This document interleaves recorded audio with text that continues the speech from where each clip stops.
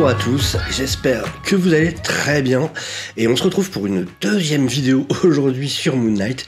Mais ça je voulais vous en parler parce que je trouve ça assez génial. Je suis tombé hier soir sur ce thread et en fait c'est des égyptologues qui se sont amusés à essayer de traduire ce qu'on trouve sur le scarabée dans la série Moon Knight, ce fameux scarabée qui sert de boussole donc pour trouver l'Ushabti d'Amit, cette petite statue funéraire.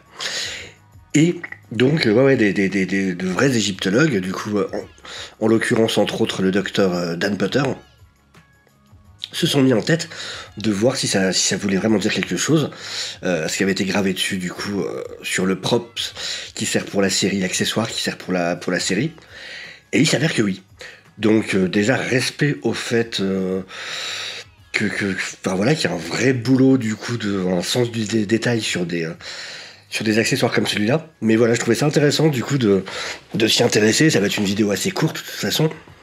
Mais voilà, on va regarder un peu ce thread d'ensemble du coup. Ce fil d'actualité plutôt, comme on dit en français. Donc Dr Dan Potter, donc qui est égyptologiste et je sais pas comment on dit curateur, c'est conservateur je crois, assistant conservateur du coup dans un musée en Scotland. Et donc il dit qui pensait qu'il allait avoir regarder de près le texte, et il dit que ça n'est pas que des mots anglais tournés en signes, et que ça dit vraiment quelque chose. Et donc, il confirme ce qu'on savait déjà. Ça veut dire, voilà ce que j'ai. En fait, c'est une image répétée. C'est un miroir. Si vous regardez les deux côtés, vous prenez le milieu, et en fait, le côté droit, c'est une réflexion du côté gauche. Alors, ce qui prend encore plus de sens avec l'histoire de Moon Knight. Mais du coup, voilà, c'est tous les mêmes symboles sur la deuxième moitié, mais répété du coup à l'envers par rapport à la partie de gauche. Donc ça se lit par colonne, de haut en bas et de gauche à droite. Donc il a reproduit tous les signes. Il y en avait quelques-uns que lui n'avait pas réussi à trouver. Mais évidemment, d'autres sont venus aider. Et donc ça se lit au quai pris, donc Louise, celui qui est, au milieu de son bateau, le bandage de son Énéade, tout, et alors il manquait quelque chose à toi, l'Osiris Amenhotep, alors True of Voice, je dirais vrai parmi les voix, la vraie voix parmi les voix.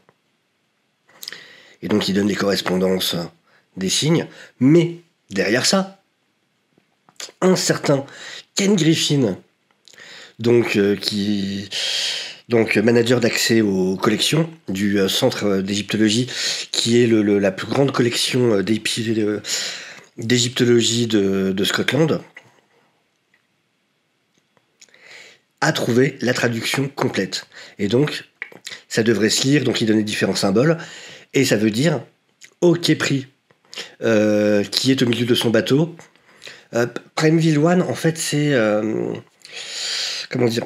C'est primitif dans le sens des premiers âges. Des premiers âges des débuts. Qui est corporéellement infini. Puisses-tu sauver Osiris Amenhotep, vraie voix parmi les voix. Et c'est un passage en fait du livre des morts, donc qui est vraiment le livre qui recueille toutes les traditions, toutes les croyances sur la mort des Égyptiens de l'Égypte antique, qui est vraiment une sorte de, enfin, je sais pas si on peut le dire comme ça, mais une sorte de bible en tout cas de tous les rites funéraires. Et donc, partie du chapitre 17, qui est un des chapitres les plus longs d'ailleurs dans le livre de la mort. Et donc voilà, donc je trouve ça fou, quoi. Et alors ce que je trouve très très drôle, c'est que si on regarde un peu plus bas, justement, Dr Dan Potter lui dit le Twitter académique a encore la gagne. Excellent travail d'équipe. Et le mec lui répond: ça m'a aidé à passer le temps dans le bus en allant aux portes ouvertes de l'université de Swansea. Donc le mec a fait ça dans le bus.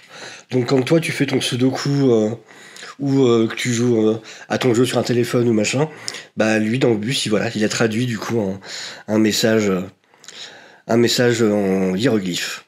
Bravo. Je trouve ça assez fort. Mais du coup c'est cool, donc ouais voilà le message. Donc maintenant on sait ce que ça veut dire, ça a été traduit. Donc Twitter est toujours là pour répondre à n'importe quelle question et je trouve ça fantastique. Mais du coup c'est intéressant, hein, donc Osiris Amenhotep qui serait un pharaon, si je dis pas de bêtises.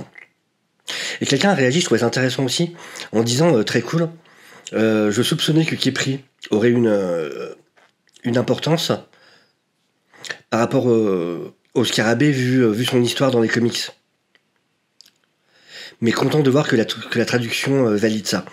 Et du coup, il avait fait un Twitter qui se lit: oui, dans les comics, le scarabée de Ruby était juste un talisman magique très puissant, créé par un ancien sorcier de l'Égypte, enfin égyptien. Les comics n'ont jamais réellement introduit un dieu associé au scarabée. Mais si la série tire ses références de vraie mythologie, voilà qui est pris. Et donc il montre effectivement une apparition qui est prise dans un vieux comic. Mais donc voilà, juste j'adore ce travail d'équipe sur Twitter. Je trouve ça tellement classe que des égyptologues du coup. Et ça je trouve génial avec ce genre de série en fait, c'est tout le côté où au-delà d'être juste des séries adaptées de comics, ça va amener d'autres domaines du coup à apporter des connaissances, à aider à trouver des indices. Enfin, je trouve ça super intéressant. C'est vraiment génial quand c'est comme ça. C'est la partie que je préfère moi justement. Où voilà, ça va pousser à chercher dans des vraies connaissances du monde réel, où on a des vrais spécialistes du coup qui vont pouvoir apporter leurs propres connaissances. Et c'est tellement cool. Et d'ailleurs, Dr. Dan Potter a fait un autre tweet que je trouve intéressant, et il montrait en fait ce qu'on voit là, dans l'appartement de Steven. Ça s'appelle en fait le disque du ciel de Nebra. Et c'est intéressant parce qu'en fait c'est un disque du coup qui justement a été trouvé en Allemagne. Alors c'est rigolo parce que du coup justement dans le premier épisode il est en Allemagne. Et c'est effectivement un disque qui aurait été trouvé en Allemagne, qui aurait pu servir peut-être pour les moissons, du coup positionné de cette manière, avec des points de repère pour là où se lève et là où se couche le soleil à l'horizon. Sachant dans la zone d'où il viendrait, le soleil tomberait juste derrière une certaine montagne. Et ça aurait permis de voir les phases de la lune, oui, pour gérer selon les moissons, selon donc les récoltes, pour la plantation aussi, enfin les semences. Donc pareil, enfin vraiment des petits détails. Enfin on voit que vraiment il y a un souci du détail, même par rapport à des accessoires comme ça qui ont été posés derrière. Et je trouve ça super cool. Enfin voilà, si vous voulez vous renseigner plus, je vais pas vous faire un cours dessus, mais donc c'est le disque céleste de Nebra. C'est super intéressant parce qu'en plus les recherches ont pu trouver d'où venaient les parties en étain, d'où venaient les parties en or, d'où venaient les parties en cuivre, grâce à leur signature isotopique.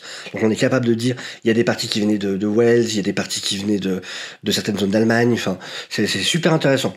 Donc voilà, je ne saurais trop vous conseiller de creuser un peu le sujet. Mais voilà, en tout cas, c'était une petite vidéo que je voulais faire quand même pour raconter ça. Moins à la limite pour la signification en elle-même que pour ce principe de... c'est génial de voir que même la partie des égyptologistes renommés de Twitter, du coup, participe à cette passion commune pour les comic books et les adaptations de comic books. Et ben voilà, c'est tout pour moi. Je vous souhaite une excellente journée et à très bientôt.